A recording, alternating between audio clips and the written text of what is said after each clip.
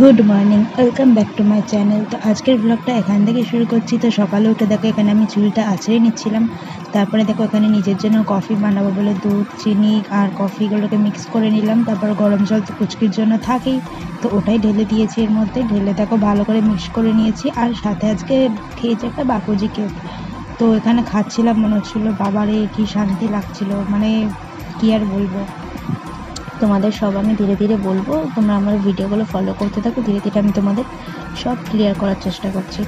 তো যাই হোক, তারপরে কফিটা এখানে সকালবেলা খেয়ে নিচ্ছি। আর মনে হচ্ছিলো যে বাপরে কি শান্তি। আর আজকে জানো তো প্রচণ্ড গরম পড়েছে, প্রচণ্ড রোদ উঠেছে।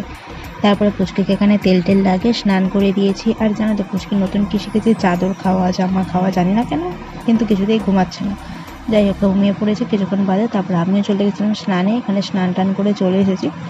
আর তোমাদের থেকে একটা জিনিস জানার আছে, তো আমার যেহেতু আফটার ডেলিভারি হেয়ারটা প্রচণ্ড ড্যামেজ হচ্ছিলো বলে আমি হেয়ারটা কেটে দিয়েছি, কোমর পর্যন্ত ছিল। তো হেয়ারটা কেটে এতটা ছোট করেছি, তো এখনও দেখছি ড্যামেজ হচ্ছে। তো যদি কিছু তোমাদের জানা থাকে আমাকে বলো, আমি এতটা কেটেছি, তারপর জানি না কী হবে।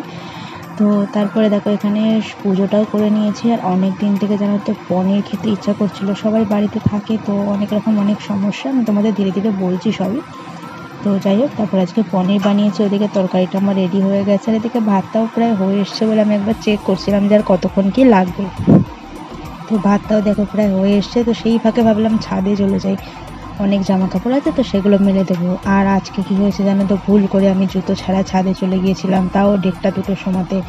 বাপরে, মানে যা রোদে, মানে পাটা যেভাবে আমার পুড়েছে। তো আমি ভাবছিলাম যে আমার পাটা বোধ হয় আর মানে মানে আমি হয়তো হাঁটতেই পারবো না, মানে রোদে মানে পাটা এত বাজেভাবে পুড়ে গেছে।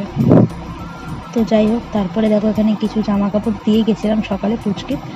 তো সেই জামা কাপড়গুলো তুলে নিলাম, মানে আমি মানে যে ছাদে একবার করে জামা কাপড় তুলছি, মেলছি, এইসব করছি, আর একবার করে গিয়ে ছাওয়ায় দাঁড়াচ্ছিলাম। এইসব করতে করতে মানে তুলে নিয়ে আর দৌড় মেরেছি। তারপরে দেখো ছাদ থেকে এসে একটু বসে, তারপর এখানে দেখো দুপুরে লাঞ্চটা নিয়ে নিয়েছি, পনির আলুর তরকারি, ভাত। মানে এই রেসিপিটা আমি অলরেডি আমার চ্যানেলে আমি আপডেট করেছিলাম আমার প্রেগনেন্সি চলাকালীন। তো এটা আমি একটা দিদির চ্যানেল থেকে দেখেছিলাম, তো খুবই ভালো লেগেছে আমার রেসিপিটা। তো তোমরা একবার রেসিপিটা গিয়ে চেক করে ট্রাই করে দেখতে পারো, দারুণ লাগে।